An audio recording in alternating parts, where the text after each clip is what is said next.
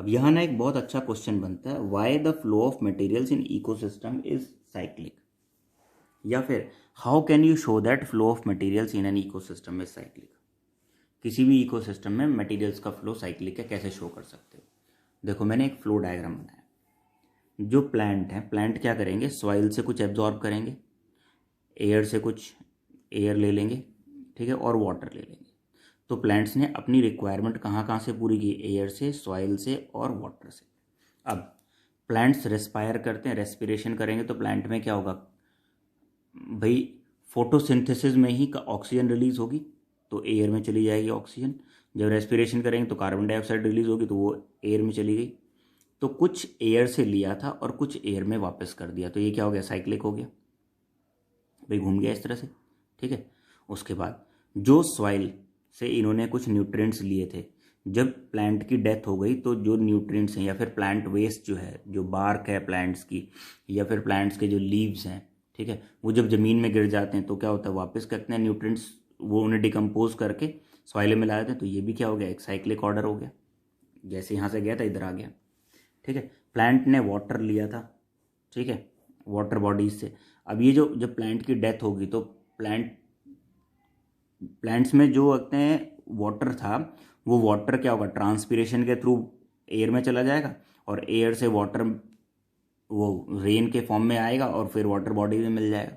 या फिर जो प्लांट्स हैं, वही प्लांट जब उनकी डेथ हो जाती है तो उसमें जो वाटर वगैरह होता है वो वापस क्या होता है, वाटर बॉडीज में मिल जाता है, ठीक है। अगर सूख गया है तो खैर उसमें वाटर नहीं होगा, लेकिन अगर गीला है किसी वजह से, लेकिन फिर भी पेड़ की टहनी कट गई या पत्ता गिर गया टूट के, पत्ता उसमें मॉइस्चर तो होता है, तो वो क्या होगा, वो वापस क्या होगा, अर्थ में या फिर वाटर बॉडी में चला जाता है। अब जो प्लांट ने कुछ फूड प्रिपेयर किया था, अब सारा का सारा तो यहाँ ट्रांसफ़र नहीं कर दिया ना वापस, कुछ इसके पास अपने पास रह गया, वो आगे चला गया कहाँ पे, अदर ऑर्गेनिज्म ने खा लिया। ये प्राइमरी कंज्यूमर भी हो सकता है, सेकेंडरी कंज्यूमर भी और टर्शरी कंज्यूमर। मैंने सब ना बना के केवल ऑर्गेनिज्म बना दिए। अब यहाँ जो ऑर्गेनिज्म थे, इसने अपना फूड ऑब्टेन किया था प्लांट से। अब इस ऑर्गेनिज्म की जो रेस्पिरेशन करेगा, ये भाई इसमें रेस्पिरेशन तो पक्का होगा, रेस्पिरेशन होगा तो इसमें से क्या होगा, एयर, कुछ गैसेस रिलीज होंगी जो वापस एयर में चली जाएंगी। तो कुछ सब्सटेंस वहाँ से एयर से लिया और कुछ वापस कर दिया। इस ऑर्गेनिज्म ने वाटर लिया था और मतलब वाटर एब्जॉर्ब किया था और फिर यूरिन के फॉर्म में या किसी और फॉर्म में वाटर बॉडी से स्वेट के फॉर्म में निकाल दिया, ठीक है। ऐसे ही जो सॉइल से लिया था, सॉइल से एक्चुअल में इसने डायरेक्टली नहीं लिया ऑर्गेनिज्म में, ये प्लांट के थ्रू आया था मटेरियल, कहाँ पे, ऑर्गेनिज्म में। अब लेकिन जब इनकी डेथ हो जाती है, जो एनिमल वेस्ट होता है वो वापस कहाँ मिला दिया था, सॉइल में मिला दिया। तो यहाँ पे जो मटेरियल्स का फ्लो है, देखो हर जगह साइक्लिक है, घुमा फिरा के सारी चीज़ें वापस आ जानी है ना। तो जो फ्लो ऑफ मटेरियल है इकोसिस्टम में वो क्या है, साइक्लिक। अब जरा इसे देख लेते हैं हमने लिखा क्या है।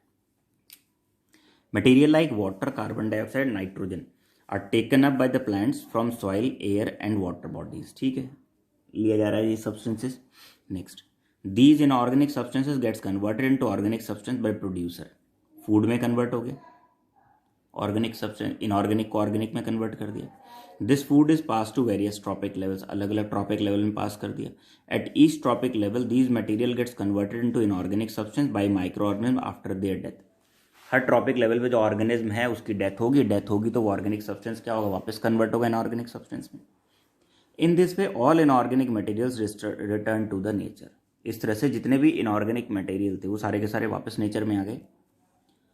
The same material are used again and again. The materials are not lost from the environment, so the flow of material is cyclic. ठीक है। अगर ये क्वेश्चन ज़्यादा मार्क्स में आता है, ठीक है, तो पूरा लिखोगे, लेकिन अगर यही क्वेश्चन केवल 1 नंबर में आता तो केवल इतना लिख दो, The same materials are used again and again. The materials are not lost from the environment, so the flow of material is cyclic. ध्यान रखना, अगर केवल 1 नंबर में आता तो इतना बहुत है, लेकिन अगर यही क्वेश्चन 2 नंबर में या 3 नंबर में आता तो फिर तुम्हें पूरा लिखना पड़ेगा। इसी के साथ एक बार क्वेश्चन पूछा जाता है कि why the flow of material in ecosystem is cyclic where the flow of energy is unidirectional. तो फ्लो ऑफ एनर्जी जो है वो यूनिडायरेक्शनल है, उसे हम पढ़ेंगे अगले वीडियो।